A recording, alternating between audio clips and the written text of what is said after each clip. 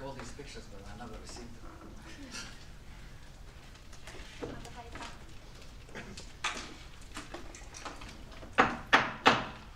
Good afternoon, ladies and gentlemen, here in the room and online. Thank you very much for coming to attend our event today. My name is Khalid Nazari. I'm the first vice president of this club and member of PAC, Professional Activities Committee, who organized this press conference. Our guest speaker today, Ambassador Waleed Siam, Ambassador of the Permanent Mission of Palestine in Japan, is a return speaker. He came here a few times and talked about the issues. And since that issues in Palestine still going on and wars are still going on, supported by many countries indirectly, we have now a lot of events going on there, including the latest ceasefire. We had so many ceasefires in the area. I think we have world record in ceasefires in the history of mankind in the Middle East. And we hope we reach lastly one final ceasefire and everybody lives in peace. We don't know if this is possible or not in the next coming years or centuries. That's why we have here our ambassador friend Waleed Siam to tell us about what's next for the situation in that area.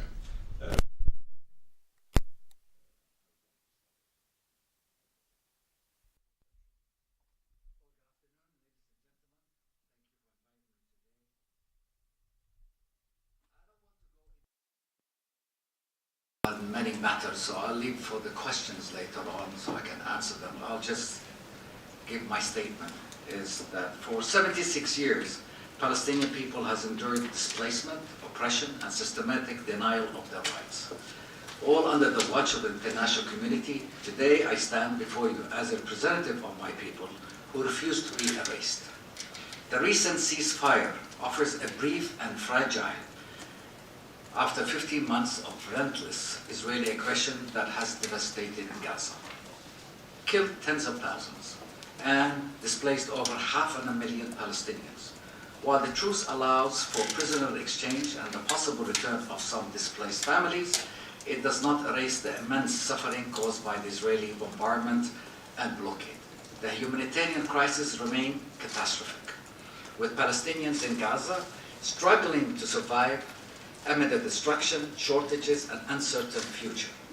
True peace cannot come without justice, an end to the occupation, the lifting of the siege, the recognition of the Palestinian rights. As international actors, including Japan, considering their role, their focus must be beyond temporary ceasefire and towards addressing the root cause of the conflict. Israel's ongoing military occupation, apartheid, and denial of self-determination, only then there be a real hope for just and lasting resolution. The Palestinian cabinet firmly condemns the Israeli Knesset for approval of the first reading of the bill that allows illegal settlers to register confiscated Palestinian land in the occupied West Bank. This is just a mere legal procedure. It's not a mere legal procedure, it is a direct step towards annexation, a blatant violation of international law, UN resolutions, the Oslo Accords. Israel is attempting to erase Palestinian sovereignty and expand its illegal colonial settlements under the false pretense of correcting historical injustices. We also strongly denounce Israel's suspension of UNRWA operation, a decision that places millions of Palestinian refugees at immediate risk in Jordan, in Syria, in Lebanon, in West Bank, in East Jerusalem, and in Gaza. UNRWA is not just an institution. It's a lifetime for displaced Palestinians, providing essential education, healthcare, and food assistance. And it's not 16%. It's actually over 75%. Israel's destruction of the refugees' camps, schools, hospitals is a deliberate attempt to erase Palestinian identity and push for further into exile. The suspension of UNRWA by the Israelis necessitates a strong international response to halt these measures immediately. Under international law, which Israel does not comply nor respect, And as an occupying power, Israel is legally obliged to ensure the welfare of the Palestinian civilians. Instead, it's carrying out mass atrocities. UNRWA operates under the United Nations General Assembly mandate, the same mandate that gave Israel the right to be part of the partition of the UN Resolution 181. And Israel has no legal authority to designate any United Nations agency, as they are governed by the international law and supported by the United Nations. UNRWA does not operate in Israel territory. Very important. It does not operate in Israeli territory. It operates solely in the Palestinian territories, West Bank, Gaza, and East Jerusalem. And this is a clear evidence that Israel does not recognize the Palestinian territories, only recognizing them as Israeli territories, an occupier mentality. What happens if they dismantle UNRWA? There will be a humanitarian collapse. The loss of UNRWA would plunge Palestinian refugees into deeper suffering and no alternative services in place. Nobody can replace UNRWA. Escalation of the conflict, the suspension of UNRWA definitely will fuel instability and violence. And also it's in violation of international law. Israel's actions do not absolutely absolve of its legal responsibility as an occupying power. Israel, as an occupying power by international law, has to protect Palestinian civilians, to protect who they occupy. Yet Israel does not do that. Furthermore, we are deeply alarmed and condemn any attempts or plans to forcibly displace Palestinians from Gaza to Egypt or Jordan, affecting over 1.5+ million refugees who were originally displaced in 1948 and 1967. And they were promised to return. And until today, since 1948, with all the United Nations resolutions, with all international law, those refugees that are in Gaza or in the West Bank have not the right to return as refugees. The law, the UN resolution says they have the right to return as refugees. This is a continuation, definitely of the Nakba. Represents a grave violation of international law. Such forced displacement is nothing less than ethnic cleansing. Threatening the unity of Palestinian territories, we acknowledge the solidarity and supportive nations, including Egypt, Jordan, and warn the world that it will destabilize the entire region. Then they talk about democracy. What kind of democracy when they turn children into orphans? What kind of democracy bombs hospitals, schools, refugees camps, burning them, reducing them to rubble? What kind of democracy demolishes churches, mosques, while claiming to uphold religious freedom? This is not self-defense. This is a genocide. The oppressors' accusations are nothing but baseless distractions meant to justify their war crimes. The truth is clear.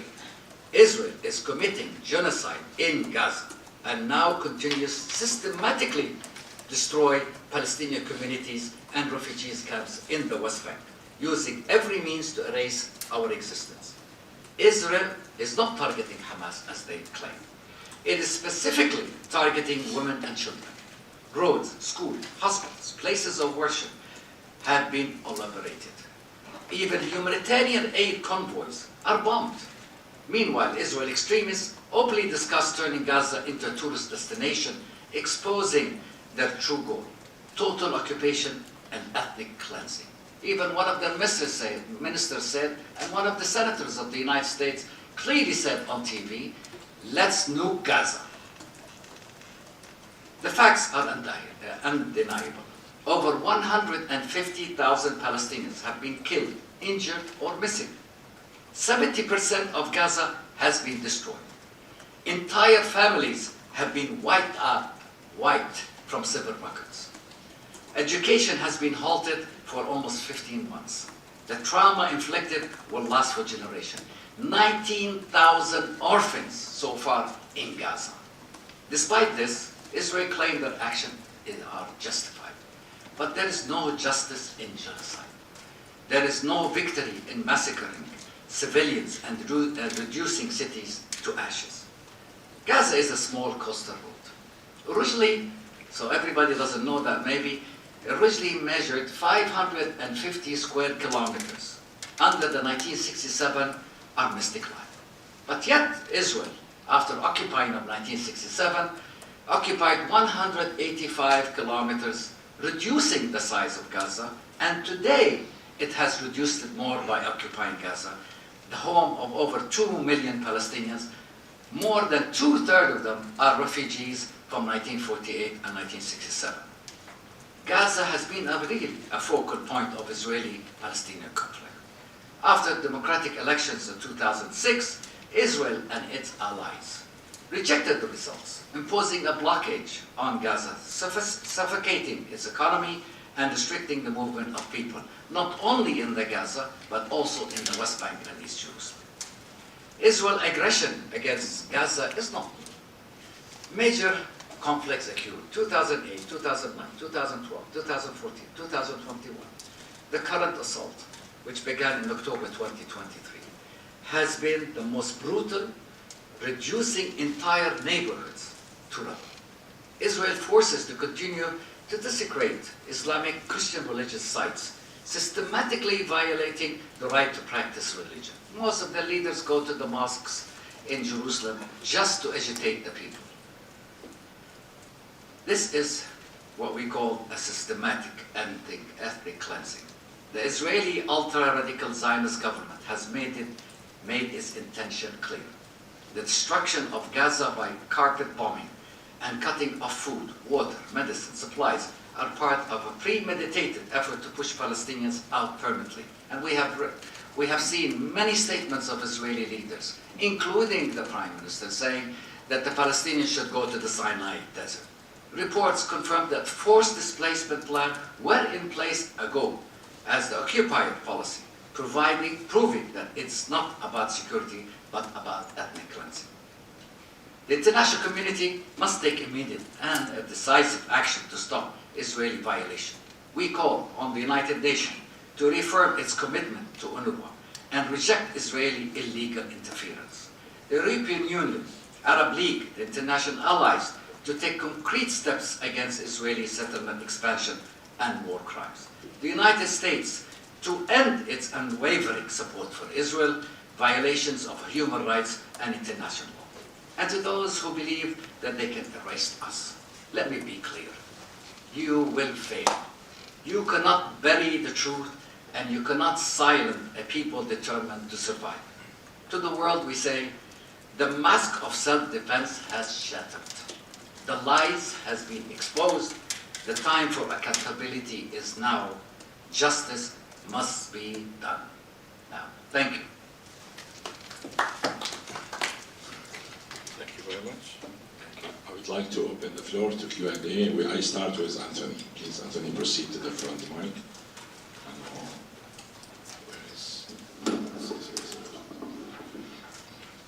Thank you, Anthony, for taking care of that.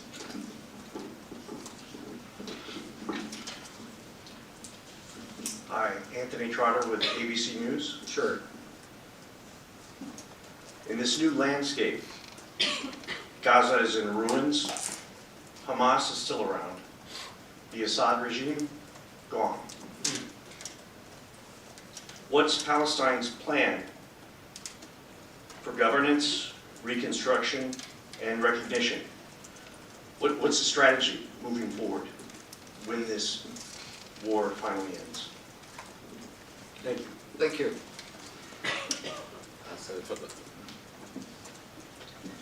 Well, let me be clear. Hamas has no authority to govern Gaza or to govern any part of the Palestinian territories anymore. Hamas does not represent the Palestinian people. The Palestinian Liberation Organization and the State of Palestine are recognized to be the only representative of the Palestinian people. As for the governor to govern Gaza, reconstruction of Gaza, and others, we want to build Gaza, rebuild Gaza. But shall we rebuild it again so the Israelis can come and destroy it? It's like a catch-22. Yeah, it's your fault, no, it's my fault, no. Before we really go into rebuilding Gaza, we call on all the international community members to look at the core problem. The core problem is Israeli continuing military occupation of the West Bank, Gaza, and East Jerusalem. You cannot have peace and you continue on occupying people. You cannot be a democracy and continue on occupying people. I don't understand the talk about they are a democratic country. How can you be a democratic country when you're occupying people for the past 76 years? Why didn't you respect the Oslo Agreement? And then they go to Camp David. Camp David was a farce. They didn't give us anything. Actually, it was less than what we got in Oslo Agreement. The Israelis always like to negotiate less and less and less. If you take 1%, they keep negotiating until you get 0.01%. Let's have their history. Look at their history. So we want to end this conflict by the ending of Israeli military occupation. And also, we want to rebuild Gaza and the West Bank and East Jerusalem to be a futuristic city. I am a resident of Gaza. I have lost everything. My wife's family is from Gaza. She lost everything.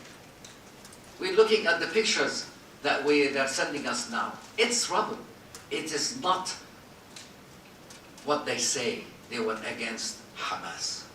When you are against Hamas, you don't carpet bomb with 88,000 tons of bombs, smart bombs, civilians. And they say that Hamas was hiding after the civilians. Well, everybody watched Hamas for the past week.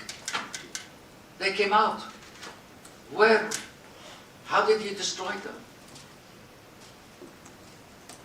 To end this conflict is to end the occupation. People say, how can you have peace? There is no peace. Today, Palestine is in pieces. In the West Bank, over 700 checkpoints. Also in the West Bank, we have over 700,000 Israeli illegal colonists living in there. And today, also the Knesset gave them the right to register this land that they steal. You steal and you register in your name. That's the people that want peace. When the Prime Minister or his Minister of Defense says, we are fighting human animals. When all the cabinet of the Israeli government cabinet, all of them, and I have statements, all of them, and I think everybody read them, but nobody really took them into it. No, it is serious. Let's kill them. Let's finish them off. Let's nuke them.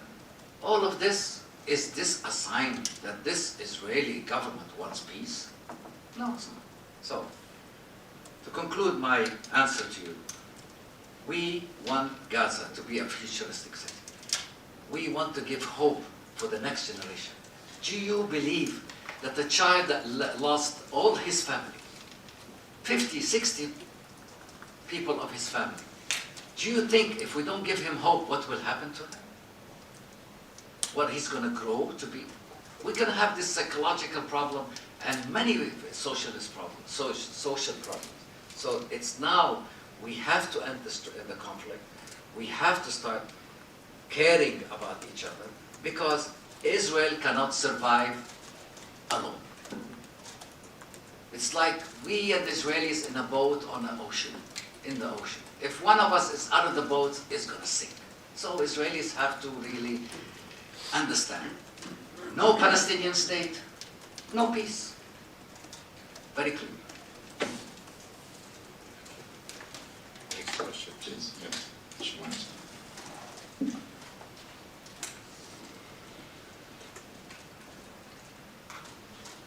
I mean, Yakuya Nishimura, Independence. Back in the background of this ceasefire deal, there was an effort by the United States, President Biden and President-elect Trump. So what is your evaluation of the involvement of the United States in this deal? Do you think it's completely neutral between Hamas and Israel, or Palestine and Israel? What is your evaluation? Thank you. Very good question. Well, as you well know, that the Biden administration put a ceasefire in May. It was refused by the Israeli government. In July, it was refused by the Israeli government, until the pressure of Trump that they accepted this ceasefire. And I thank here Egypt, Qatar, and the United States that they have got us to this temporary ceasefire, and I hope it lasts for a while, because it will save lives, Palestinian lives. The American administration of Biden is a double standard. They want ceasefire, but yet they give billions of dollars of aid to Israel. And they give them the most sophisticated bombs, smart bombs to the Israelis. And then they come and say, we need to do ceasefire. I mean, it's a double standard. You give ammunition to them to kill us, and then you come and say ceasefire. So it's a double standard. I don't believe that the American administration until today, the past, the present, and the future, as long as they think that the Palestinians have no right to their own sovereign state, then they are on the wrong path. And that path will not bring peace to the region. Thanks. More questions? Right. While you think I have a question, Sure. how do you evaluate Japan's position on the Palestinian issue in general and on Gaza issue in particular? Japan has been one of the most supportive country, economically mostly, to Palestinians. And Japan considers Israel as a country that violates the international law by continuing to build settlers, settlements. So how do you evaluate Japanese position? Thank you. Thank you. Japan has been a great supporter of peace in the Middle East since 1953 in supporting the UNRWA and continues to support the UNRWA. Yes, it stopped for a while because of the loud voices that put pressure on many countries to stop the funding UNRWA. But then Japan realized that UNRWA is a lifeline to the Palestinian refugees in Jordan, in Syria, and in Lebanon, in the West Bank, in Gaza, and East Jerusalem. So they continue because they support humanitarian humanitarian activities. Japan is a neutral country. Japan is respected by the Palestinians, by the Arabs, by the Muslims, by the Christians, by the Israelis, and Japan can play a very important role because the United States have not shown to be in any way neutral in its negotiation between the Palestinians and Israelis. We know that the Congress, the Senate, are all controlled, and whatever the Jewish lobbyist wants, it happens. But in Japan, thank God there's no lobbies, because Japan is an independent country. And I believe that Japan can play a very positive role in not only in humanitarian aid, not only in economic development, but also in saving lives. And be part of the international community as an important political actor.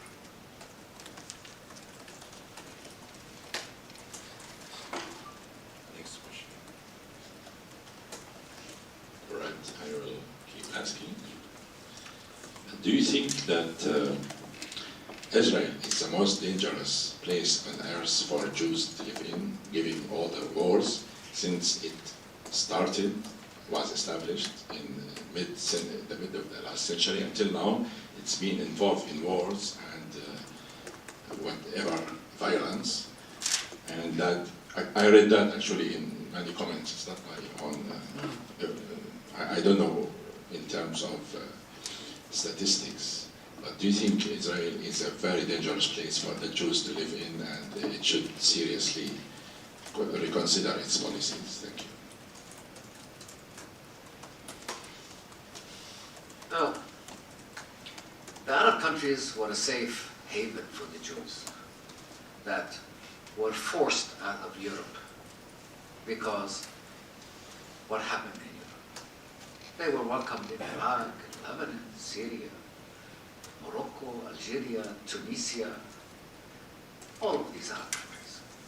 And then they were forced to leave the Arab countries because the Zionist movement, and I think many rabbis, many Israelis, many historians has written that the bombing and the killing of Jews were done by those terrorist Zionist groups to force the Jews to go to Israel. Jews are welcome in Palestine.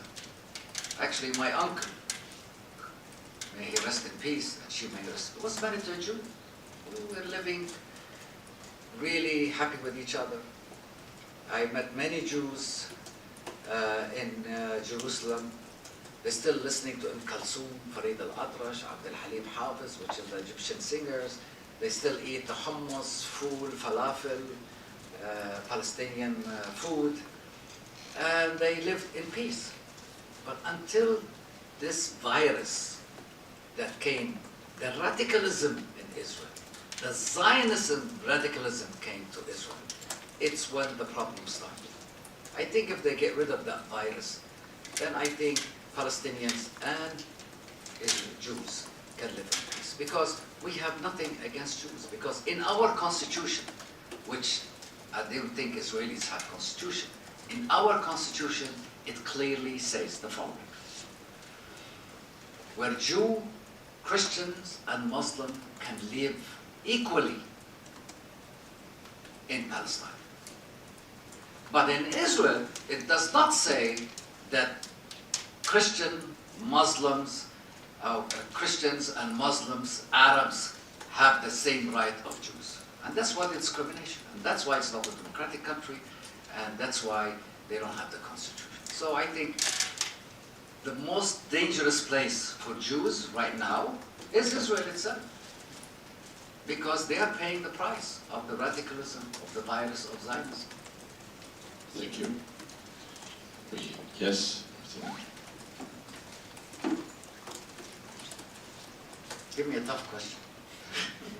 I'm not sure if that's such a tough question. So I wanted to ask about Please introduce yourself. Oh, sorry. Martina Jeffcoat, Independent as well. I wanted to ask about the allegation of ceasefire violations committed by Hamas, and on the other hand also what has already been, of course, made public, ceasefire violations committed by Israel and their armies. And if you could speak on that, and also to what kind of likelihood there is that the ceasefire that is currently somewhat in place will actually persist and lead to a cessation, essentially, of the genocide. Thank you very much. Thank you.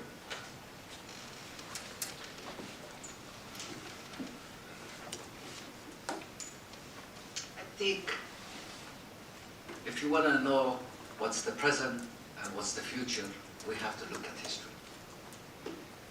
Israel has never respected any agreement it signed, neither with Jordan, neither with Egypt, neither with the Palestinians. So now, I do believe that this ceasefire, forced ceasefire on the ultra-right-wing government of Israel, headed by what the ICC said is a war criminal, they have a plan. Maybe after they get all the prisoners out, they will continue attacking Gaza. You never know, because now they moved the war from Gaza to the West Bank, and they're only targeting Palestinian camps. Why? because the camps are the signs of the Palestinian right to return. If they destroy the camps and destroy UNRWA also, that means then there's no rights of the Palestinians, of refugees, for Palestinian refugees to return. So in this ceasefire, I hope it continues, but I doubt it, unfortunately. But for the Palestinians right now, they're taking a deep breath of relief. Yes, they went back to the north. They saw the complete destruction. They have no homes, nothing, no water, no homes, and nothing. The 600 trucks that were supposed to go in as agreed in the ceasefire, no 600 trucks are going in on a daily basis. Israel is always putting obstacles to these trucks, maybe 200 to 300 trucks. They say, we are sending humanitarian aid to the Palestinians. What kind of humanitarian aid are you sending to the Palestinians? You kill us and then you send us humanitarian aid? You know, when they say they vaccinate the children, they didn't vaccinate the children because they're humanitarian aid. No, they did that because they were afraid of the ICC and the ICJ. They don't do anything except if there was something, a result coming out. So, I hope it does. Will it actually stay? It depends on both parties. But who's the strongest party? Is Israel.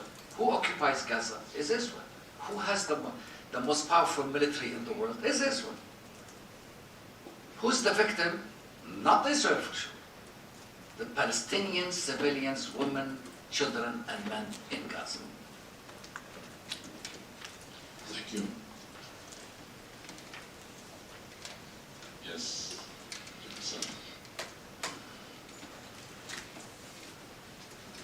I'm a former Japanese journalist in America, and I'm a member here. Sure. My question is, have you ever presented this at the upper house or lower house of our Congress, Japanese Congress? Thank you for your question.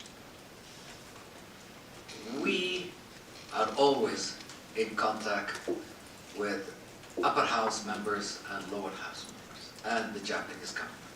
I think we have a very positive response from them in what's going on in Gaza.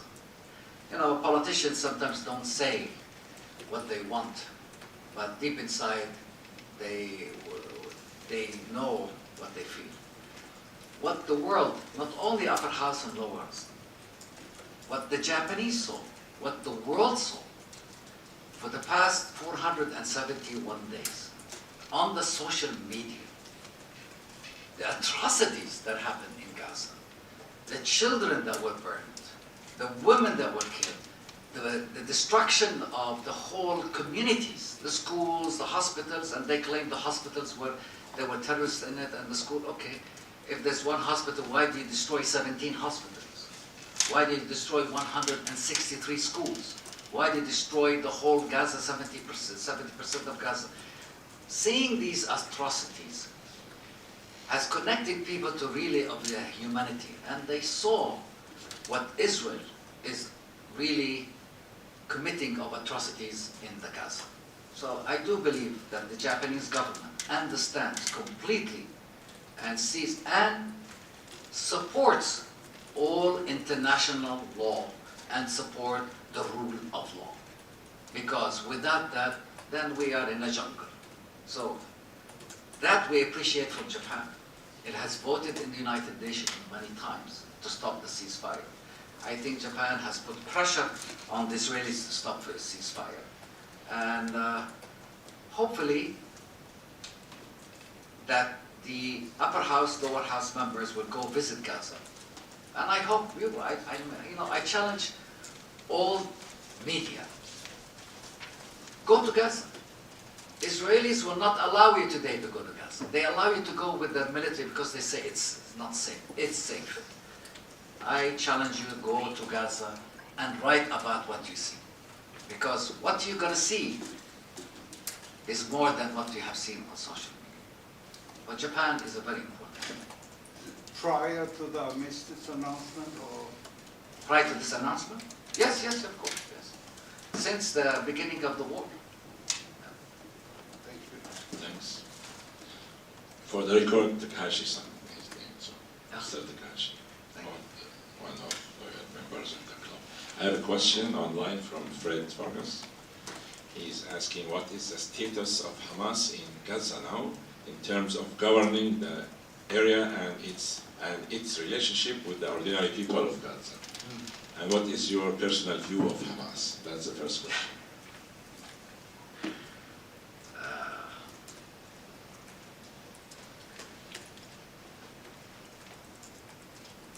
Without any doubt that Hamas has been weakened for two reasons. One, they have lost a lot of their fighters. Second is because of the destruction of civilians and the death of civilians, the schools, the hospitals, the water, the infrastructure of Gaza. This also puts a pressure on them that definitely they will not be able to govern because we will not, as Palestinians, to allow them to govern. And it's time Hamas to have one choice, and one choice only, is to be a political group. It's like what Syria is happening today.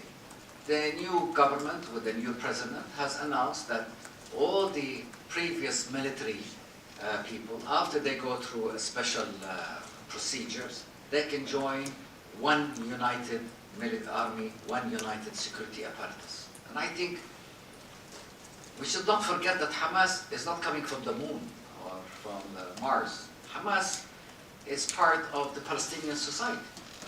So they have to accept being a political party, and then we will go into accepting non-military people into the security apparatus, and then the state of Palestine should be responsible to govern territories as in Gaza, West Bank and East Jerusalem, as what we call the state of Palestine that is recognized today by over 149 countries, not including Japan, unfortunately. Thank you. I have two more questions from Fred Vargas. Do you think a two-state solution can happen, and how? And second question, some observers say that Iran's influence on the region has been weakened. Do you think this is true, and does it affect Palestine in any way?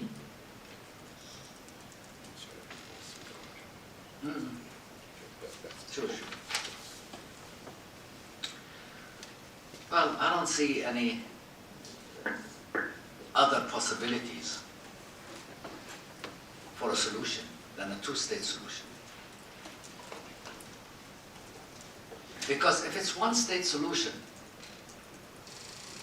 Israel ethnocracy, which defines itself as a fully Jewish state, not a democratic state. It can't be a democratic state just for one ethnic group. A democratic state, like the United States, it has various of ethnic groups in there. So one state is out of the way. Kicking us out and forcing us out to here and there, that's out of the question too. Because what we've seen, can you show the people returning from the north? Yeah, sure. What we saw, Palestinians that suffered for 471 days, returning to the destruction by hundreds of thousands. This only shows that the Palestinians will never leave their country. Even if it's destroyed, they will rebuild it again. Palestinians this time is rooted in their land, and they will continue to be rooted in their land. So a two-state solution is the only way, which is 242, Israel withdrawal to 1967 borders with East Jerusalem, they have West Jerusalem, and two-state solution. And if they want to build a wall, instead of building it on our territories, the 700-kilometer wall that has eating up more of our land in the territories in the West Bank, is do it on your side. I think I explained the other day to my friend that the solution, Israel has more land, has 78% of the land, and we have 22%. Today we have less than 22%, but let's say we go on the Oslo 78, 22%. I think the best way is we take 2/3 from the Israeli side, 1/3 from the Palestinian side, and that will be like North Korea, South Korea, a buffer zone. Buffer zone for us, bring all Americans, Italians, French, Japanese, and put them in that buffer zone between the two states until the next generation grows up to be more accepting the coexistence. But I can clearly and adamantly say, without a Palestinian state, sovereign, control of borders, air and sea, I can say with confidence, there cannot be peace in the region. The only way out, and the Israeli occupation, a Palestinian complete sovereignty with borders and everything. They don't want, like previous speakers in Tokyo have said, we go to 1981. The partition, which is, by law, United Nations has no authority to partition Palestinian land. But it did partition of 181. Okay, then we go to 181, which we accepted at that time. And in Geneva we went, but the Israelis never showed. So, two-state solution is the best way out. Ending occupation is the best way out. There is no other solution. Some observers say that the Iran influence on the region has been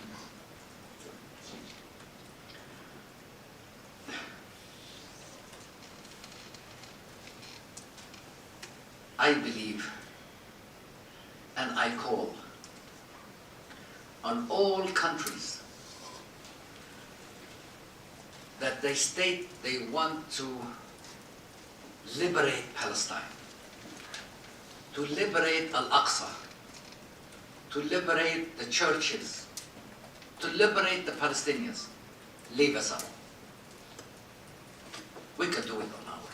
We don't need your help. Because many of these so-called countries, entities that want to help the Palestinians to liberate and have the two-state solution have only created chaos and destruction on the Palestinians.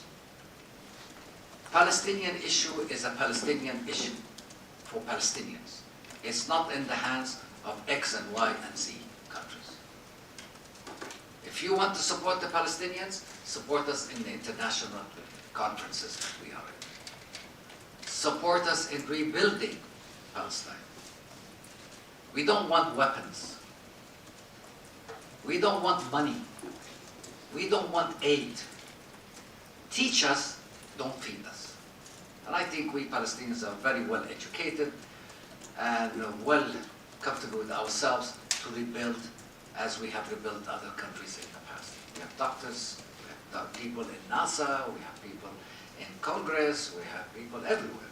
So the Palestinians are always taught of life, not death. Well, again, take your hands off Palestine. Leave the Palestinians alone. Whoever observers, they want to come and liberate Palestine. They want to liberate it, send their armies, send the tanks, send the airplanes. But they talk. Thank you very much. Enough is enough. Thank you. We still have time for more questions if you would like. Yes, please.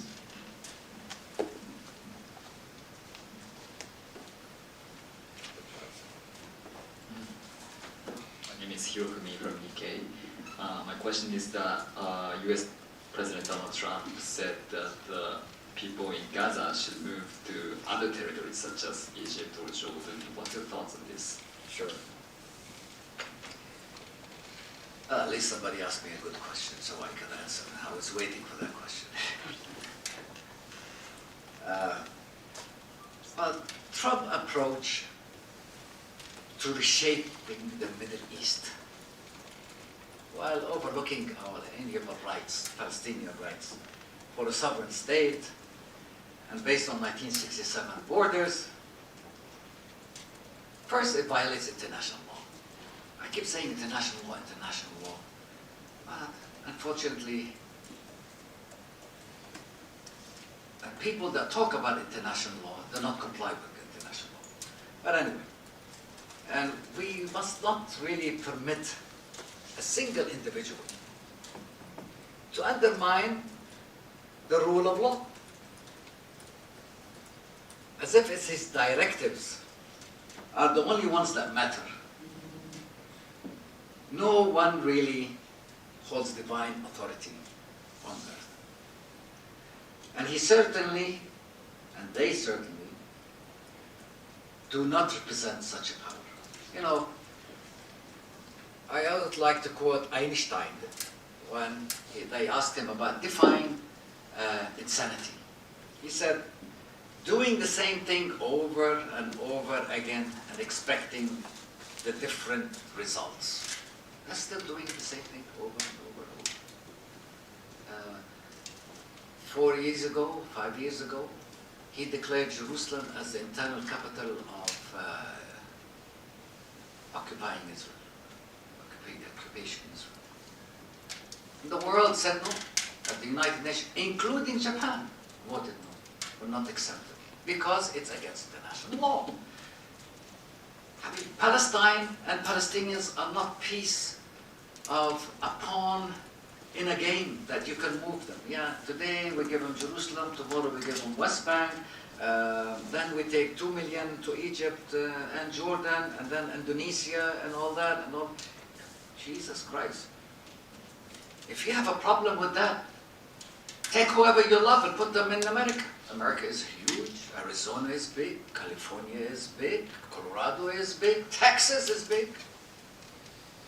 But leave the Palestinians alone. Again, let me emphasize and reiterate, we Palestinians are not going nowhere. Whatever he does, whatever they say, you know, on this and that, if they and if he does not come with a comprehensive peace plan that is just for the Palestinians, and I don't think it's acceptable by any Palestinians. It's just a hasty, political, naive statements that we have heard. I don't understand how they can imagine of moving 2 million that lost everything. You think they're going to go? No, they're going to come. They're going to stay, they're going to build, and they're going to show the world that they are resilient. Palestinians are resilient. No, the only power that can really move those Palestinians is a divine power. Only God. Other than that, dream on. Thank you. More questions, please.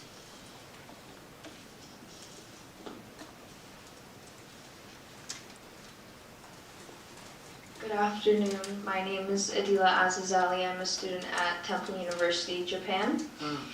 Given Egypt's fears about destabilization and its occurring economic struggles, do you think that if Egypt was more on a stable basis, that they would be more inclined to accepting Gazan refugees, or do you believe national security concerns would remain a factor? Thank you.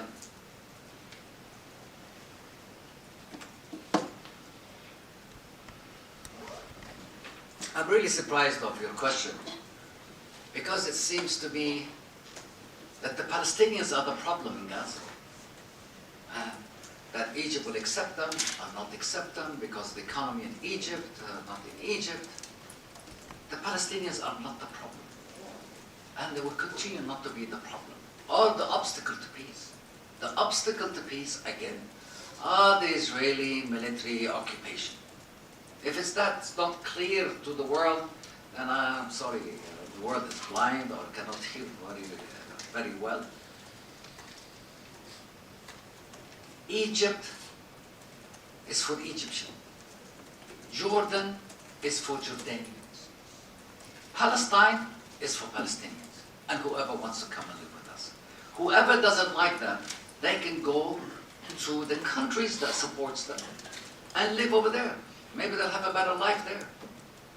You know, maybe less taxes, good food, good water, nice weather, they can ski, they can fish, whatever they can do. Palestinians, again, is not the problem. And to go to Egypt or to go to Jordan, we're not going anywhere. Whoever doesn't like them like this, they can go somewhere else. Thank you. Nothing against your question. Please. It's a good question.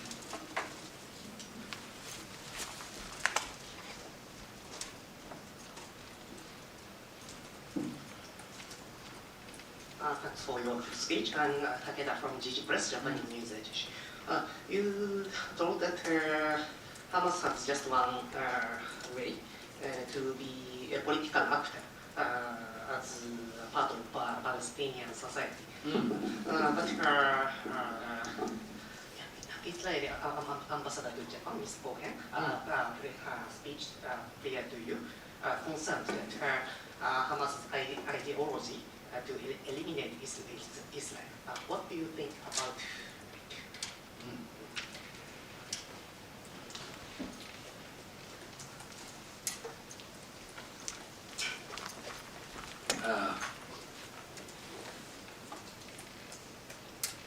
you know, when your house is made of glass, there's a saying, if your house is made of glass, don't throw stones at your neighbors. Let's look at what Israeli leaders are saying. Let's nuke Gaza. Let's kill the children. Let's burn them. Let's exterminate them. Let's force them out. Let's do this. Let's do that. So many, not from 1948 until today. There are voices in Israel that are peaceful. And we extend our hand to those people that want peace, because we want peace. But we want Palestine in peace, not in pieces. So this statements, derogatory statements that Hamas wants to destroy Israel, but Israel doesn't want to destroy the Palestinians. It's a two-way road.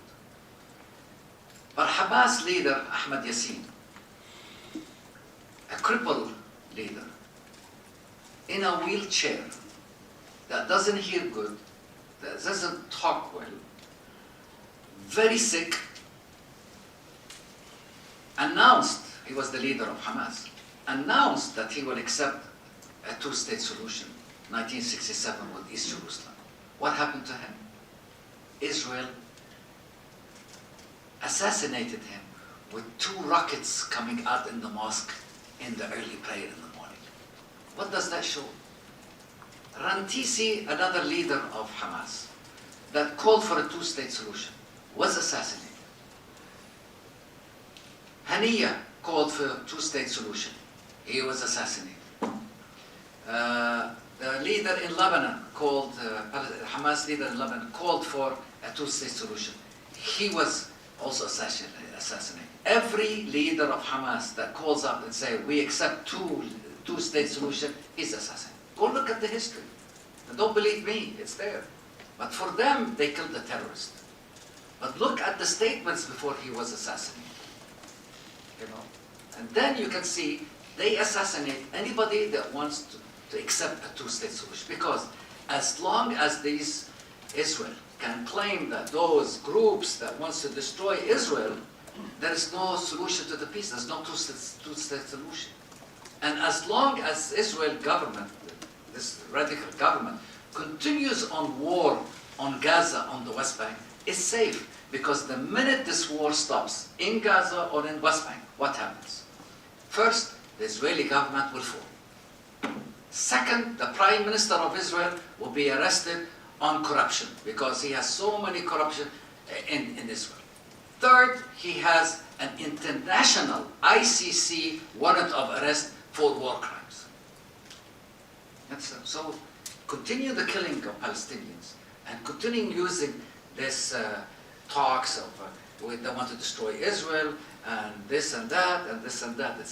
All I say to them the following: if you really want peace, why didn't you accept the Arab Peace Initiative in 2001? They keep talking about Camp David. Camp David we gave them.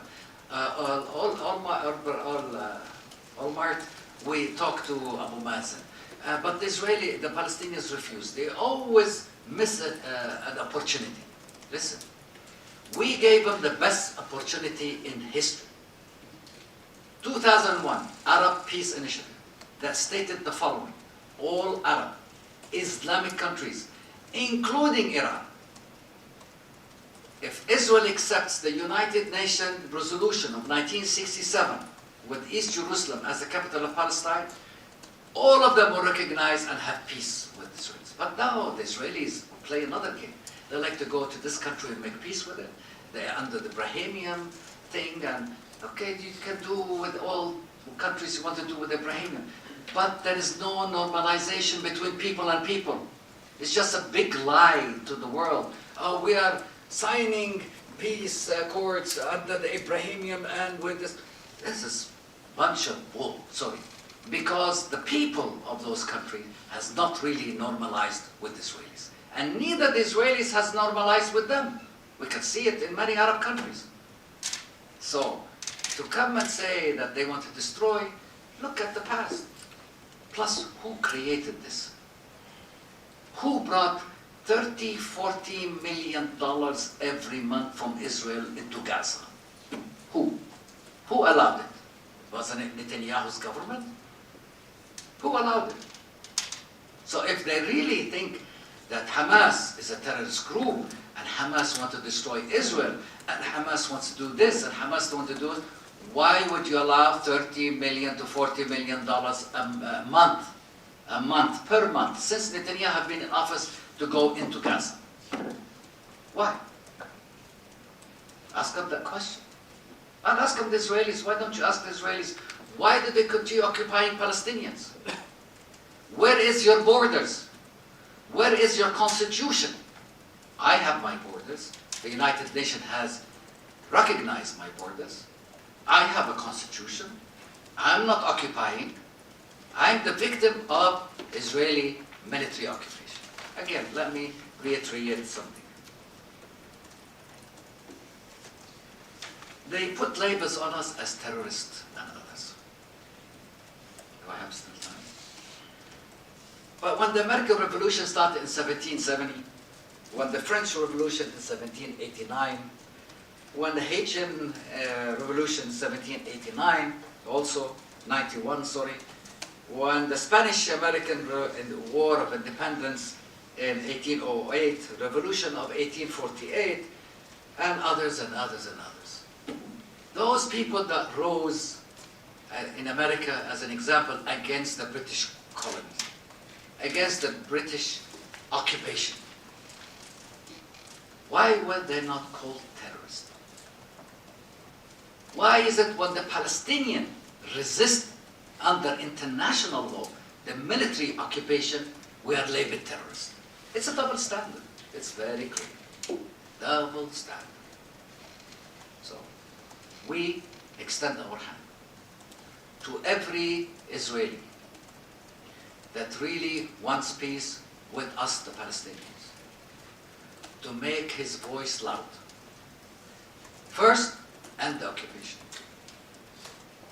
And let's have a two-state living side by side.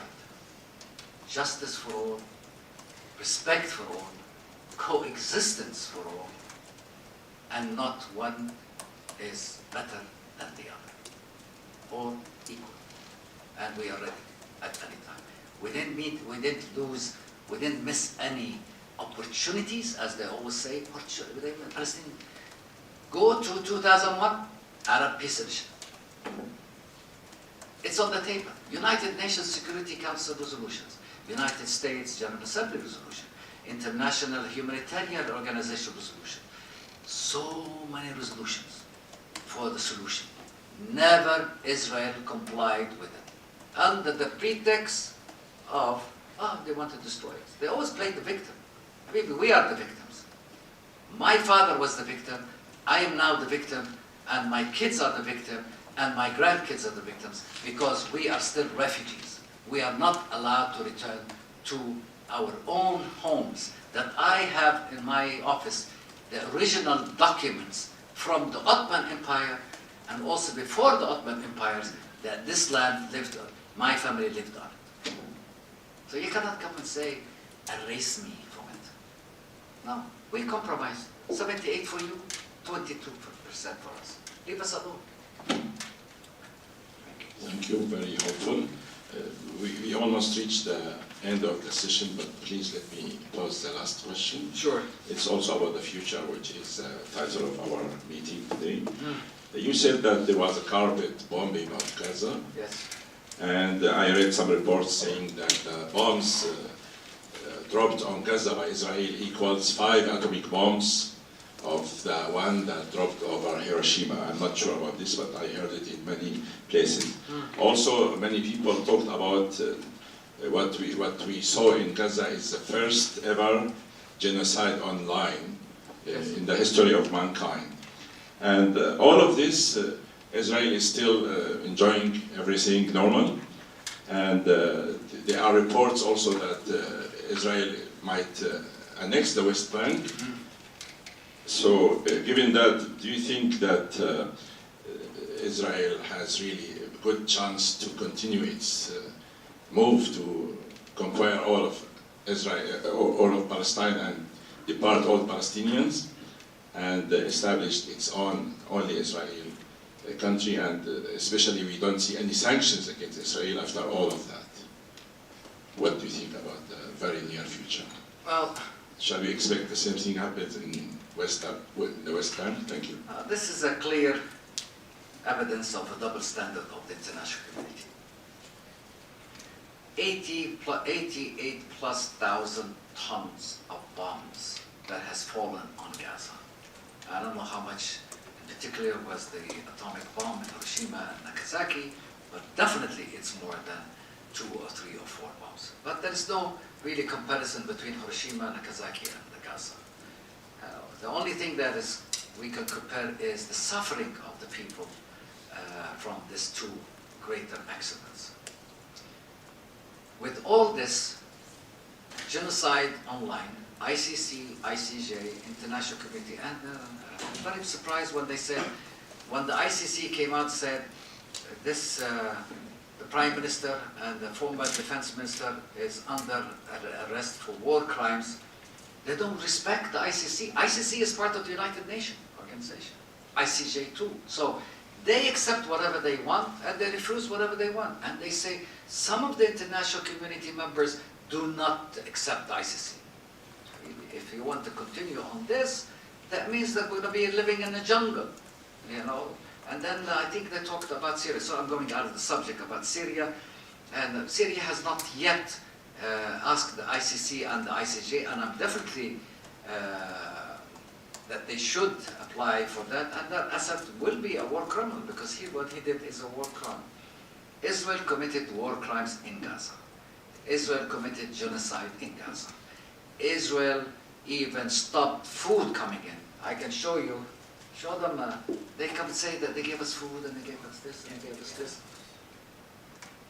Illegal settlers and soldiers were taking the food out of the trucks and not allowing trucks to come in. Show them the bombing of when the Palestinians went to bring their food, they were bombed. By mistake? No, it's not by mistake. This is the one. Yeah, this is from the Israeli. I want you all to go to Telegram, X, and others. It's called the Israeli Genocide site. It shows you Israeli soldiers, how proudly they put on their sites how they committed crimes in Gaza. They came from USA, they came from France, they came from and they put it on the social media. And on the social media, they show you that they were in Gaza, how they bombed because a birthday of his friend or for his wife. Hi wife, I'm sending you this for happy birthday, boom, and they blow up the school. They were very proud. It's there, it's on them, it's online. It's online. He died later. Huh? He was Some of them right now, there's some of them I just watched today. He was in Gaza, now he's in Las Vegas. Other one is in California. The other one is in Italy. And the other one is somewhere. So those crimes that say that's not genocide, it's not war crimes, go online and check Israeli soldiers, what they put on. They're showing us. They're very proud of that. They're not killing Hamas, they're killing civilians. If this is not a war crime, if this is not a genocide, I don't know what to call it. But again, my message to every Israeli and all members of the international community, we Palestinians want peace. We want justice. We want equality. We want our sovereignty, a sovereign state. If you, an international community, cannot provide this, then the international community should be a failure and the UN should be closed and every international organization should be dissolved. And let's live in a jungle where there is no rule of law. But you cannot accept the rule of law on some and choose not to on some. Selective, be a selective on it. The rule of law on all. We want peace. We're fatigued of the war crimes. We're fatigued of the genocide. We're fatigued of the occupation. 30 children, less than 17 years old, even one is 13 years old, has been arrested by the Israelis as a prisoner for the past 2 years. Underage. In any international law, you cannot jail children under the age. But in Israel it's okay, because they are protecting themselves. So it's a double standard. Peace is the only way out. Ending occupation is the only way out. Palestinians should be the only people to decide on their future, on their leadership, and to be the only authority on all Palestinian territories, including East Jerusalem, West Bank, and Gaza, and to end all illegal colonies in Gaza, that's going on now, and in the West Bank. Thank you very much. Thank you very much. This wraps up our event today. I appreciate your insights and I hope your message of peace become true, at least within a year, and then you can come back to the club and talk about it. And for that, I would like to give you 1 year honorary membership to our press club. Thank you very much. You are basically almost a member, many years, and please enjoy our club. And thank you very much. Thank you all. Thank you very much for attending, and have a nice evening. Thank you for your question.